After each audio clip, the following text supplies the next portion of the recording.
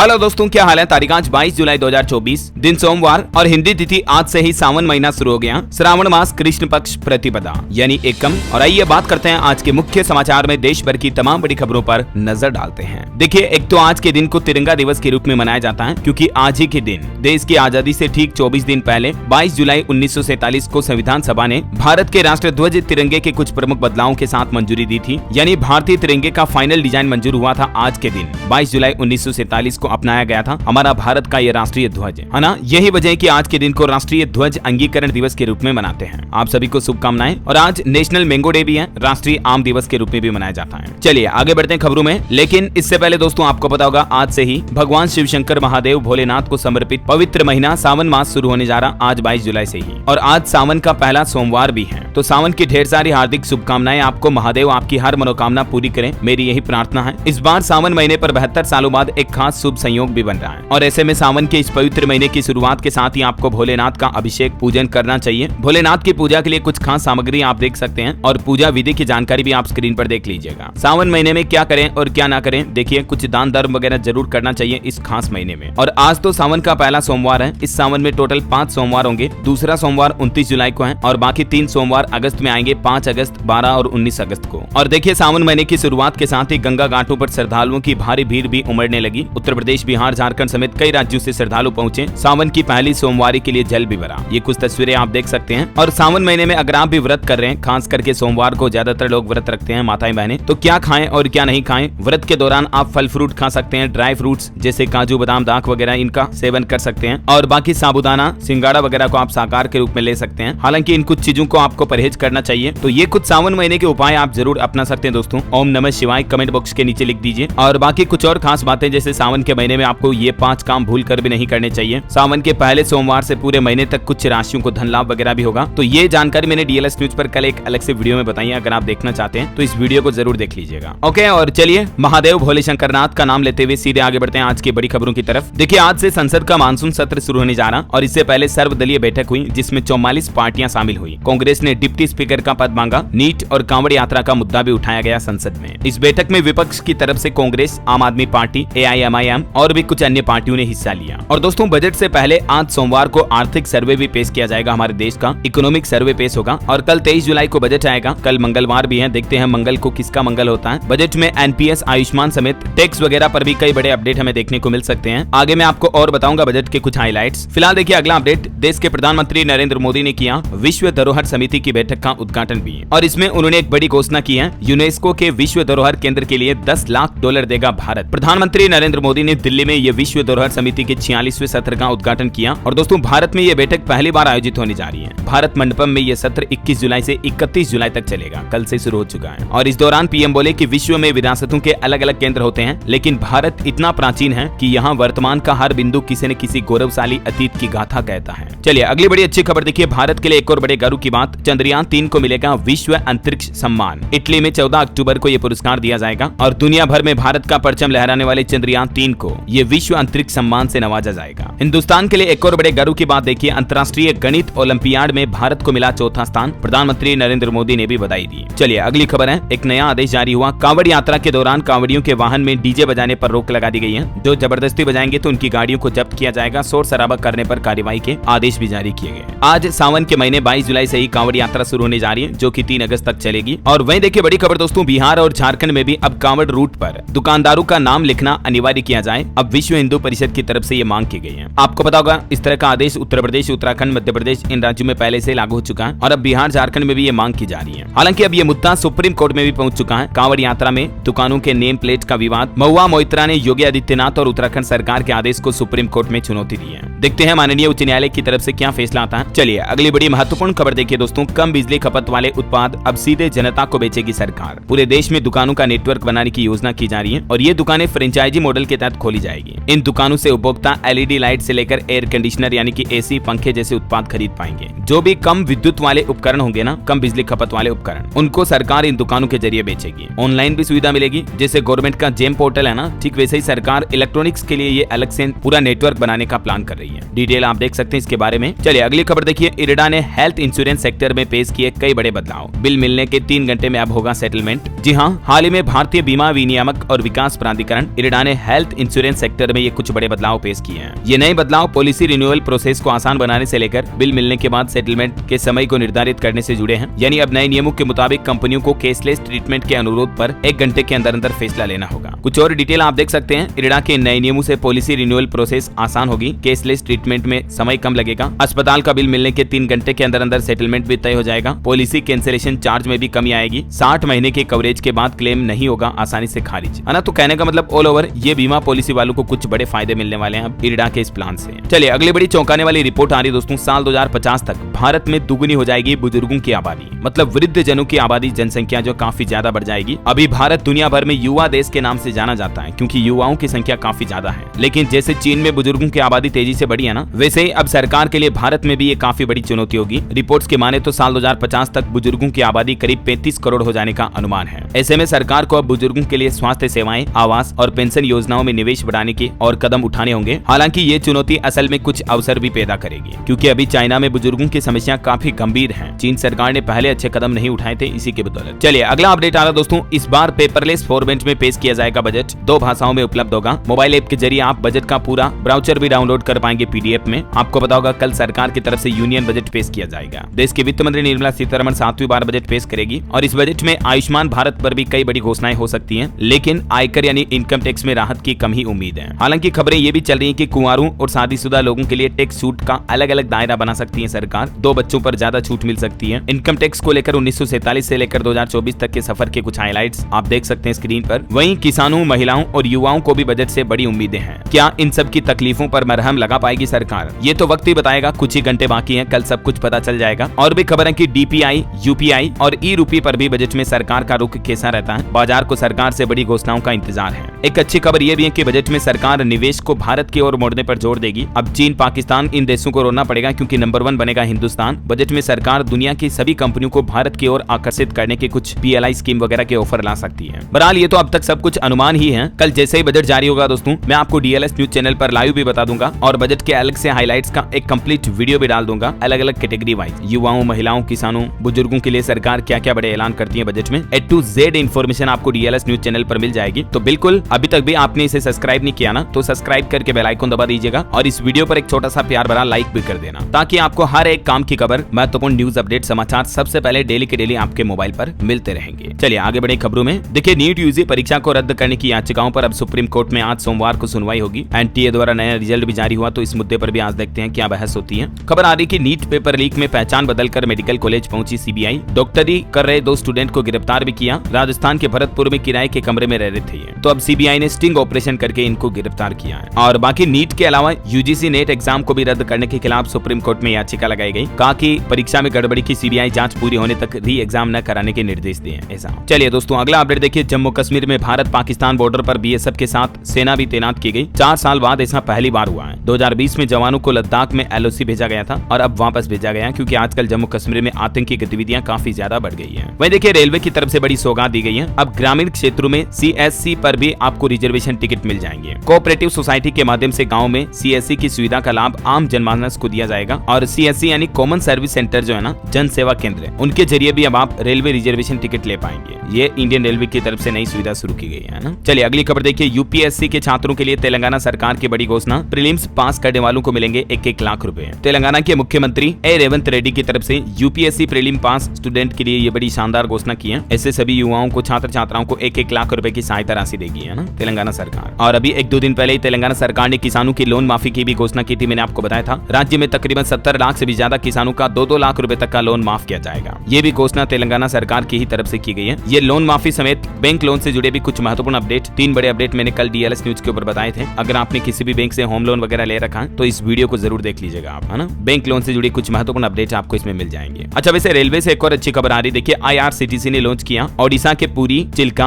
और कोणार्क के लिए एक किफायती ट्रेन टूर पैकेज लॉन्च किया। अगर आप भी आईआरसीटीसी के इस टूर पैकेज में हिस्सा लेना चाहते हैं तो किराया होगा 19,690 रुपए और बाकी आप आईआरसीटीसी के पोर्टल पर या इस कॉन्टैक्ट डिटेल के जरिए भी ज्यादा इन्फॉर्मेशन चेक कर लीजिएगा। चलिए बड़ी खबर देखिए। केरल राज्य में निपाह वायरस से 14 साल के बच्चे की जान जा चुकी है। निगरानी में रखे गए अब उनके माता पिता और करीबियों को भी। दरअसल अभी आपको बताओगा एक दिन पहले जो केरल में 14 साल के लड़के की निपाह वायरस से संक्रमित होने की खबर आई थी, तो 24 घंटे के अंदर अंदर ही उस बच्चे की जान जा चुकी है। अब उस लड़के के रिश्तेदारों को भी निगरानी में रखा गया है। 2018 के बाद राज्य में ये 5वीं बार निपाह का संक्रमण फैल रहा है और अब इस निपाह वायरस के चलते बच्चे की जान जाने के बाद महाराष्ट्र पुणे से मोनोक्लोनल एंटीबॉडी भी मंगाई जा रही है ताकि संक्रमण को फैलने से पहले रोका जा सके। और केरल में निपाह से निपटने के लिए केंद्र सरकार ने भी बड़ा कदम उठाया है। विशेष टीम तैनात की जाएगी। केंद्र सरकार केरल के मलप्पुरम जिले में जाएगी जहां निपाह वायरस के मामले सामने आए हैं, है ना। और वही देखिए बड़ी खबर, विश्व धरोहर समिति के उद्घाटन सत्र में बोले पीएम मोदी, भारत का वर्तमान गौरवशाली अतीत की कहानी है। मैंने आपको शुरुआत में बताया था ना, विश्व धरोहर समिति का 46वां सत्र कल रविवार से शुरू हो गया। चलिए दोस्तों, टेक न्यूज से खबर है, यूट्यूब म्यूजिक में अब आप गाना गुनगुना कर भी सर्च कर पाएंगे। यूट्यूब म्यूजिक प्लेटफॉर्म पर यह नया फीचर रोल आउट हो चुका है। मतलब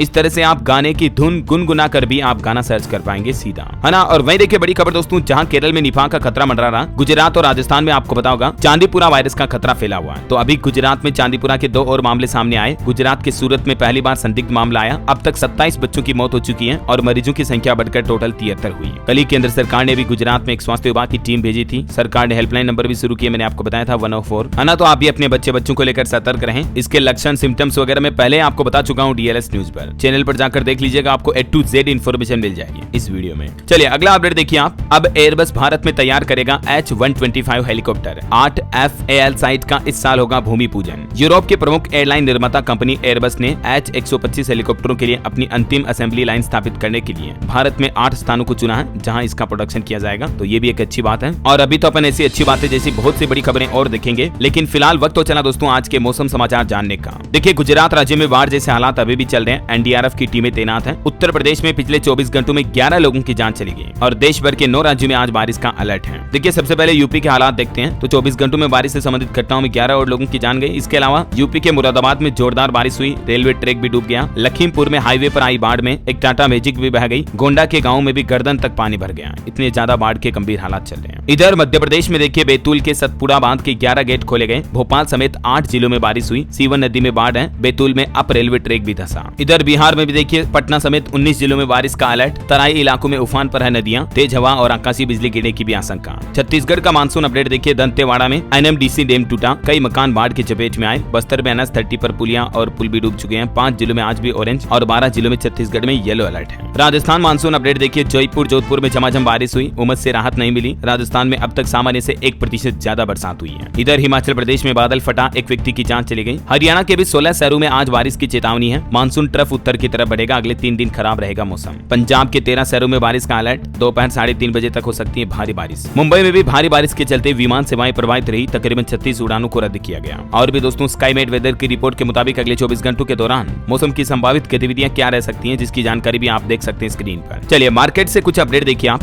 बजट से पहले आज सोमवार को कैसा रहेगा शेयर मार्केट का मिजाज, तेजी आएगी या मुनाफा वसूली देखने को मिलेगी। इससे पहले बीते सप्ताह आपको पता होगा सेंसेक्स और निफ्टी लाल निशान में बंद हुए थे, मतलब बाजार में गिरावट देखने को मिली थी। लेकिन अभी ये शेयर बाजार में इस सप्ताह तेजी का अनुमान है, क्योंकि बजट और कंपनियों के तिमाही नतीजों से लेकर FII फ्लो तक कई सारे फैक्टर्स बाजार की चाल तय करेंगे। और इसी बीच देखिए सेबी की चेयरपर्सन का कहना कि घर की सेविंग सट्टेबाजी में जा रही है और इसीलिए सरकार बजट में FNO की यानी कि फ्यूचर एंड ऑप्शंस की ट्रेडिंग से होने वाली कमाई पर 30% टैक्स लगाने की तैयारी भी कर रही है, क्योंकि सरकार अब इसे स्पेक्युलेटिव इनकम मानेगी। ये वजह की इस पर टैक्स वगैरह बढ़ाए जाएंगे। और खबर है HDFC और यूनियन बैंक बने मार्केट के स्टार। कोटक महिंद्रा बैंक के भी हालात सुधरे हैं तिमाही नतीजों में। और वहीं देखिए NLC इंडिया लाएगी सब्सिडरी कंपनी का IPO, क्लीन एनर्जी बिजनेस के लिए फंड जुटाने की योजना है ना। और चलिए मार्केट के बाद कुछ और बड़ी खबरें देख लेते दोस्तों। देखिए केदारनाथ पैदल मार्ग पर 3 तीर्थयात्रियों की जान चली गई। गौरीकुंड के पास पहाड़ से पत्थर गिरने से यह हादसा हुआ, 8 से ज्यादा लोग घायल हो गए। खेल जगत से अच्छी खबर आ रही है, विमेंस एशिया कप में भारत की लगातार दूसरी जीत हुई। UAE को 78 रनों से हराया। कप्तान हरमनप्रीत और रीचा की 50 भी देखने को मिली।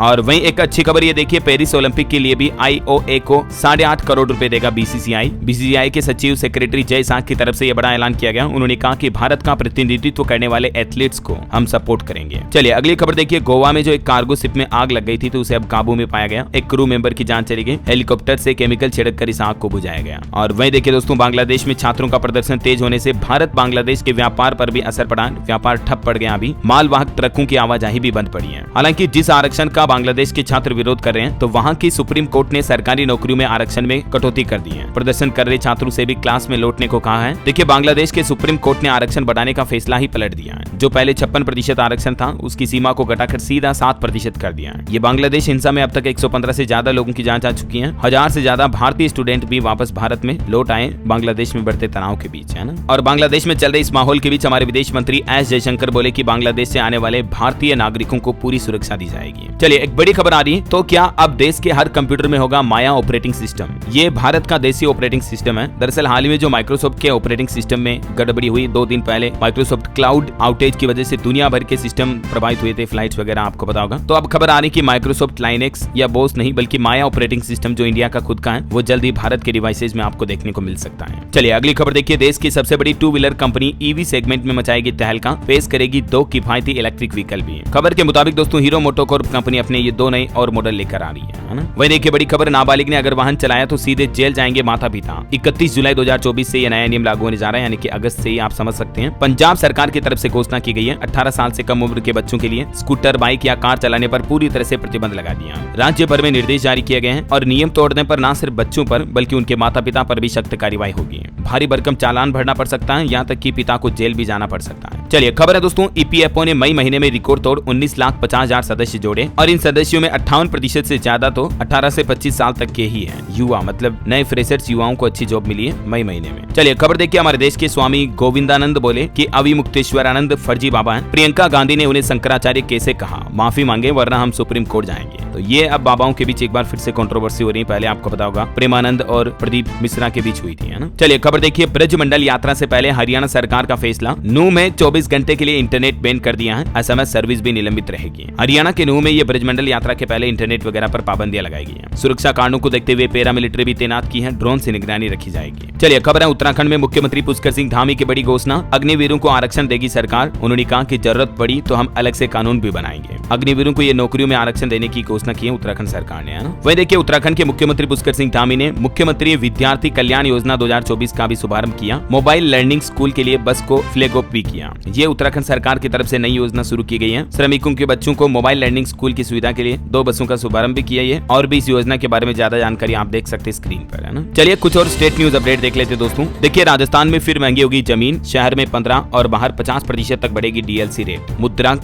एवं पंजीयन विभाग फीडबैक भी ले रहा है। 6000 करोड़ राजस्व बढ़ेगा इससे राजस्थान सरकार का, क्योंकि आपकी रजिस्ट्री बढ़ेगी, डीएलसी बढ़ेगी, तो है ना। तो स्टाम्प ड्यूटी, स्टाम्प शुल्क वगैरह सब कुछ ज्यादा देने पड़ेंगे। और वहीं देखिए राजस्थान में अब 10 से 12 बजे तक साहब को बैठना होगा गाँव के ऑफिस में। जी हाँ, देखिए क्या नया आदेश है। पटवारी और जिले में पंचायतों वगैरह को लेकर ये निर्देश जारी किए गए हैं। फिलहाल ये आदेश की शुरुआत हनुमानगढ़ जिले से होने जा रही है राजस्थान में, ठीक है। इस बाबत ज्यादा जानकारी आप देख सकते हैं स्क्रीन पर। चलिए अगली खबर है, खेल विभाग प्रोत्साहन राशि नियम बदलेगा। छत्तीसगढ़ में भी खेलो इंडिया मेडलिस्ट के बराबर राशि देने की तैयारी की जा रही है। डाइट मनी प्रेरणा निधि भी बढ़ाई जाएगी। ये छत्तीसगढ़ सरकार प्लान कर रही है खेलों को बढ़ावा देने के लिए, है ना। चलिए खबर है, उत्तर प्रदेश में लखनऊ का एससीआर दिल्ली जैसा होगा। 6 जिले कॉर्पोरेट और आईटी इंडस्ट्री के हब बनेंगे और 1 करोड़ 80 लाख से भी ज्यादा की आबादी अब राजधानी में रहने का फील करेगी। उत्तर प्रदेश की राजधानी लखनऊ और आसपास के तकरीबन 8 जिलों को मिलाकर जो हाल ही में योगी सरकार ने एससीआर क्षेत्र घोषित किया था, मैंने आपको बताई भी थी डिटेल किन किन जिलों को जोड़ा जाएगा इसमें। और ये एससीआर लागू करने के बाद फायदा क्या होगा असल में, ये समझिए। ये कुछ पॉइंट्स आप देख सकते हैं। वही देखिए, उत्तर प्रदेश के मुख्यमंत्री योगी आदित्यनाथ बोले कि बुरा करोगे तो बुरा होगा। महाराज प्रेमानंद के दर्शन के लिए भक्तों की कतार लगी और महाराज देवकी नंदन ने भी लोगों को पौधे बांटे। यूपी में कुछ यूं मनाया गया गुरु पूर्णिमा का उत्सव। ये कुछ तस्वीरें आप देख सकते हैं गोरखनाथ मंदिर की, है ना। चलिए खबर है दोस्तों, बिहार में 35वीं राज्य स्तरीय ताइक्वांडो प्रतियोगिता शुरू हुई। राज्य भर के 500 खिलाड़ी इसमें हिस्सा ले रहे हैं। राष्ट्रीय प्रतियोगिता में भाग लेंगे स्वर्ण पदक विजेता भी।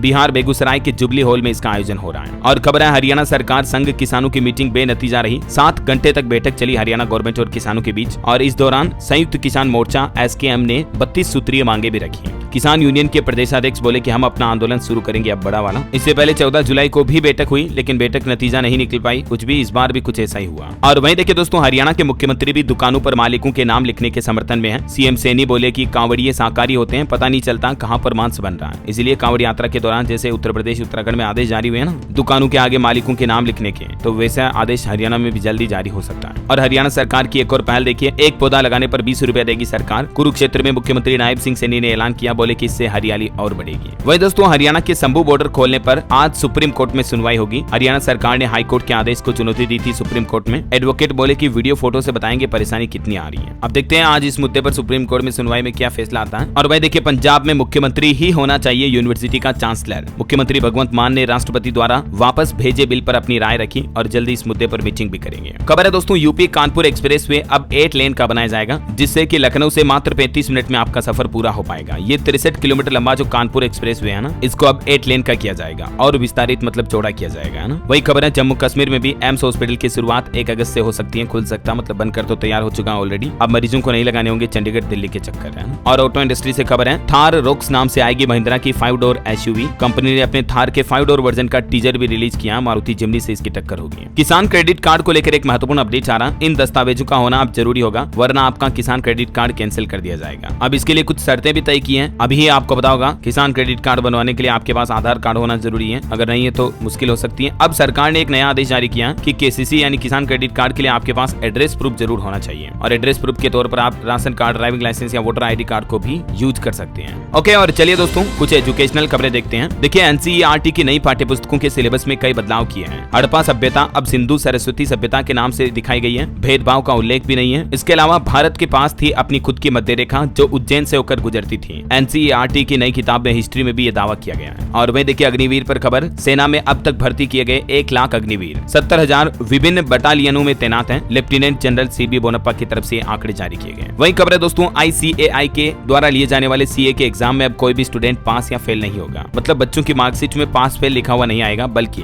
सक्सेसफुल या अनसक्सेसफुल जैसे शब्दों का इस्तेमाल किया जाएगा। ICAI की यह नई पहल है। और खबर देखिए राजस्थान के अंग्रेजी माध्यम स्कूलों में नियुक्ति के लिए यानी कि एडमिशन के लिए अब परीक्षा होगी। फॉर्म भरने की अंतिम तारीख आज ही है 22 जुलाई। तो जो स्टूडेंट ऑनलाइन फॉर्म भरना चाहते हैं भर सकते हैं। चलिए कुछ अंतर्राष्ट्रीय न्यूज देखिए। नेपाल के प्रधानमंत्री KP ओली ने विश्वास मत जीता, 263 सांसदों में से 188 ने समर्थन में वोट किया। और इजराइल हमास जंग पर खबर आ रही, गाजा के बाद इजराइल का अब यमन पर भी हमला देखने को मिला। हूती के ठिकानों पर स्ट्राइक की, रक्षा मंत्री बोले कि ये इजरायलियों के खून की कीमत है। इधर पड़ोसी देश पाकिस्तान के खैबर पख्तूनख्वा में पाक सेना के खिलाफ सड़कों पर उतर आए लोग आर्मी गो बैक के नारे भी लगाए और गांव के आतंकियों के बहाने लोगों पर जुर्म कर रही फौज। चलिए अगली खबर देखिए। वाराणसी में भी कांवड़ यात्रा मार्ग पर मीट की दुकानों को नगर निगम ने बंद करवाया। सावन महीने भर में पूरा ये प्रतिबंध लागू रहेगा। ओके, और अंत में दोस्तों आज के राशिफल पर नजर डालें तो देखिए मेष और तुला राशि वालों को प्रॉपर्टी के कामों में फायदा होगा। वृश्चिक राशि वालों की तरक्की के योग भी दिख रहे हैं। और वृषभ राशि के लोग आलस करने से बचें, अपने काम को जल्दी पूरा करें। तुला राशि के लोग बदलावों पर ध्यान दें तो लाभ होगा। और ये आज से जो नया सप्ताह शुरू होने जा रहा ये भी 5 राशियों के लिए बहुत ही लाभदायक फायदेमंद रहेगा, है ना। और दोस्तों आप मुझे कमेंट करके बताइए कि हाल ही में किस देश में पहला भारतीय जन औषधि केंद्र खोला गया है। विदेश मंत्री ने इसका उद्घाटन भी किया था, मैंने आपको बताया भी था DLS न्यूज पर, है ना। चलिए आपको कुछ ऑप्शन भी दे देता हूँ। Japan, Mauritius, Canada,